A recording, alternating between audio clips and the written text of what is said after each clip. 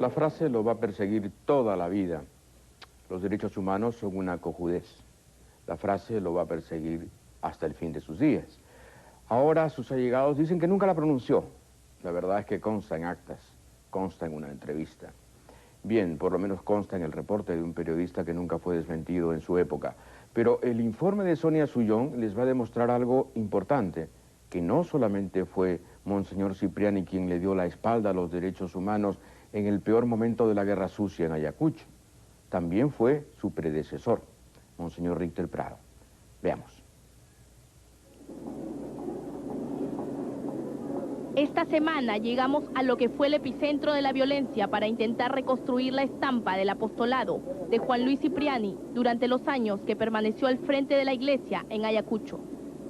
Encontramos recuerdos de un pastor que abandonó su rebaño cuando éste más lo necesitaba. Como no, acá las autoridades no nos hacían caso, hemos acudido a su despacho del señor Cipriani. Entonces él nos ha negado totalmente. Nos dijo también, seguramente habrá sido terroco, por eso pues lo habrán llevado. No son locos pues los militares para que puedan llevar así nomás. Adelina padeció la desaparición de su esposo, estudiante de la Universidad de Huamanga, a manos de militares. No fue la única que tropezó con la indiferencia vestida de sotana. A María Angélica Mendoza, la fundadora de ANFACET, la Asociación de Familiares de Secuestrados y Desaparecidos de Ayacucho, le fue peor. Nunca nosotros ahí encontramos un cariño, nada. Por eso nosotros hasta no creemos el arzobispado. Si es religioso, arzobispado, ¿por qué no me compasivan con nosotros? ¿Por qué? Tantos niños, 347 niños, así tamañito, esa criatura necesitan un local y suplicado su local me ha negado totalmente. Y nunca me ayuda. Era 1990. Las peores matanzas en Ayacucho ya habían ocurrido. Lucanamarca, Socos, Irquis, Acomarca, miles de muertos, miles de desaparecidos, miles de huérfanos que merecían la atención de la institución llamada a dar ayuda y consuelo. Para misa también yo le he dicho, por favor, misa yo queremos para los desaparecidos de Sendo, nunca no quieren, niegan. No se puede. Nunca hizo una misa para los desaparecidos. Nunca hizo una misa para los desaparecidos. Nunca. Que Monseñor Cipriani se negara a hacer una misa por los desaparecidos de Ayacucho suena casi a surrealismo. Felicitas, la directiva de ANFACET acudió donde Monseñor Cipriani. ¿Qué pasó? A Monseñor Cipriani hemos presentado un documento en 1989. Entonces fue denegado porque él no quería que vayamos, porque a nosotros nos marcaba diciendo que familiares de los senderos. Los golpeados ayacuchanos se enfrentaron al temor acomodaticio de una iglesia que evitaba poner las manos al fuego por los derechos humanos en una época convulsionada. Esto se refleja en la siguiente anécdota que hasta hoy causa sorpresa a quien la escucha. Bueno, todo el pueblo ayacuchano vio una famosa pizarra que sacó el arzobispado, señalando que la iglesia, digamos, era una pizarra verde escrita con tiza, señalando que, digamos, que no indagaran a través del arzobispado por sus familiares detenidos o desaparecidos. Según el catedrático de la Universidad de Huamanga, Jeffrey Gamarra, el autor del mensaje fue el arzobispo antecesor de Juan Luis Cipriani, Monseñor Federico Richter Prada. Hasta hemos rogado para que nos acompañe al cuartel, no nos quería. Ya. Cuando regresas, otro día, con eso nomás nos pasaba. ¿Usted pidió ayuda sí, a Monseñor Richter Prada? Richard Prada, y pedido ayuda para que nos averiguan dónde estaban los presos, pero no nos han aceptado. Cipriani pues tomó la posta de un arzobispado que se sacudía de las prioridades de un pueblo pisoteado. Al legado de su predecesor le imprimió su propio sello.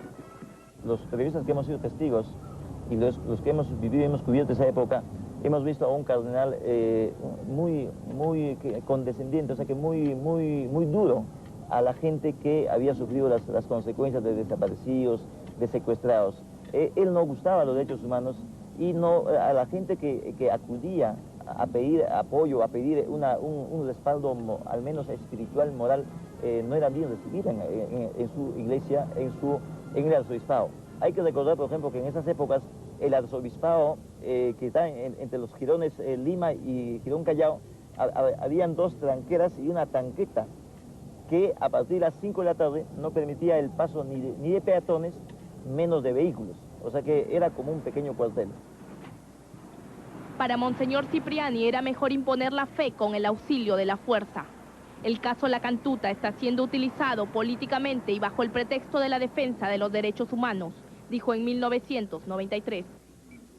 El mismo Cipriani, que se negó a hacer una misa en su catedral, era el que sostenía en 1994. No se puede decir que el Perú es un lugar donde no se respetan los derechos humanos. Para entonces Ayacucho ya había padecido la muerte de por lo menos 10.000 personas. Yo creo que él ha sido y es un buen político, un hábil político, ¿no? Más que religioso. Bueno, pero creo que acá demostró que fue un político bastante hábil. Bueno, cada uno en Ayacucho tiene que responder individualmente cuál era el papel que le correspondía jugar en los momentos difíciles. Para nadie es ajeno que Monseñor Cipriani prefirió un papel más administrativo y político antes que apostólico.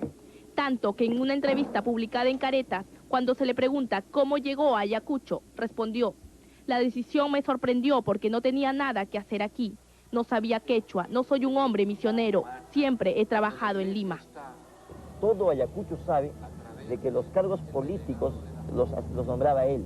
Una cosa pequeñísima, por ejemplo, un hecho es cuando Fujimori nombra al director de la DREA a un señor Abilio de la provincia de Huanta, que es evangélico.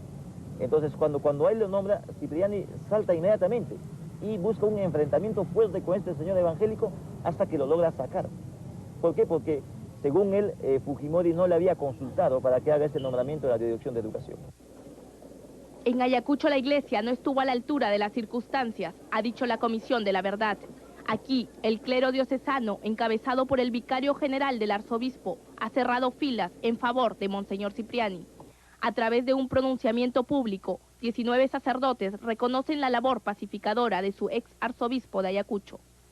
Rechazan como mentiras las afirmaciones de todos los que, según dicen, quieren desdibujar su solicitud pastoral eminentemente religiosa y asistencial, realizada a favor de la población ayacuchana durante esos años de terror y abandono. No firma el documento el actual arzobispo de Ayacucho, Monseñor Luis Sebastiani. ¿Usted no está firmando el pronunciamiento? No. ¿Por alguna razón? No hay ninguna razón especial, no estaba presente, estaba fuera. Y entonces el vicario general era el que me representaba. ¿Ok?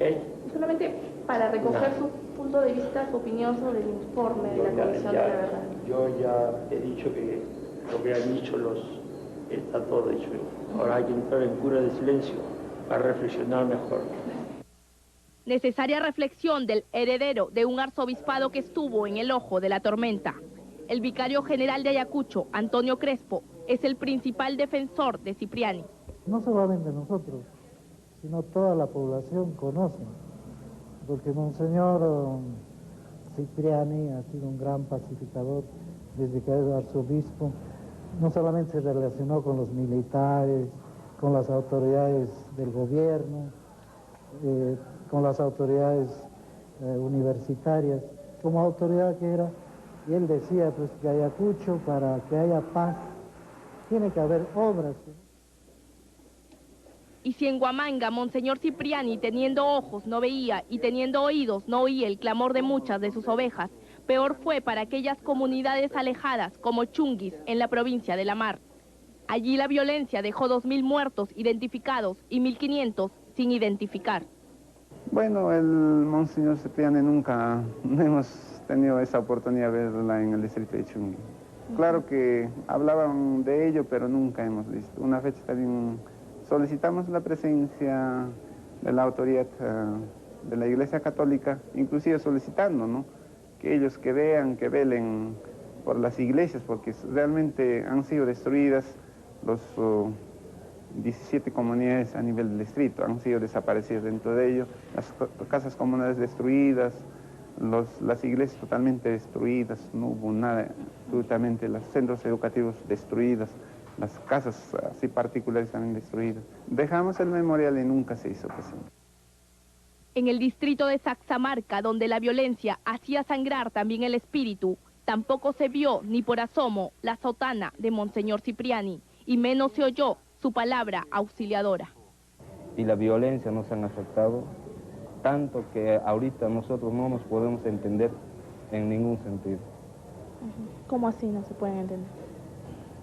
Porque la violencia nos han hecho que no haya liderazgo, que haya apatía, que haya odio, que haya envidia. Y durante todo ese tiempo tú te preguntas dónde estuvo la iglesia, dónde estuvo Monseñor Cipriani, dónde estuvo el arzobispado. Antes no me preguntaba. Ahora, después del informe final de la Comisión de la Verdad, sí me pregunto y digo, ¿por qué ahora él habla? ¿Por qué antes no hizo algo por nosotros? Si no, nosotros reconoceríamos su labor de él. Si no, nosotros estaríamos agradecidos por los apoyos que nos han dado. Estos son algunos de los testimonios de quienes vivieron en medio del infierno de la violencia. Su fe católica no fue capaz de mover los cimientos del arzobispado de Ayacucho. En todo caso, no era una posición pastoral la de Monseñor Cipriani, era una posición ideológica. No olvidemos que el Opus Dei es una organización ultraconservadora, muy vinculada al fascismo español, aunque sus mentores siempre digan que es una organización plural, heterogénea, donde caben todos los universos y todas las mentes. Lo que es evidente es que el Opus Dei está asociado de un modo natural, intrínseco, al franquismo. Escrivá de Balaguer, su fundador, fue socio moral, ideológico de la dictadura franquista, que fue, como ustedes comprenderán, una dictadura muy sanguinaria, sobre todo en la primera posguerra.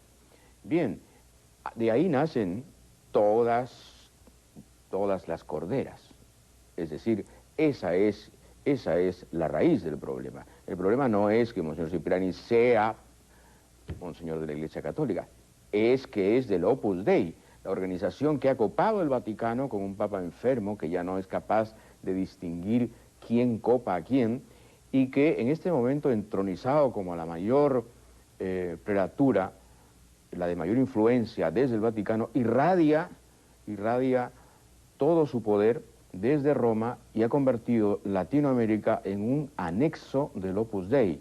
También ha sucedido en El Salvador y está sucediendo en otros países. El Opus Dei va a enfrentar al pueblo con la Iglesia Católica y va a hacer que el protestantismo cobre una importancia espectacular en los próximos decenios si es que seguimos bajo este ominoso dominio de un grupo de ultraderecha que se niega a interpretar a Cristo, tal como lo hacen los cristianos progresistas tan admirados, por ejemplo, los de la Vicaría de la Solidaridad, que en Santiago de Chile hicieron tanto por los perseguidos de la dictadura de Pinochet.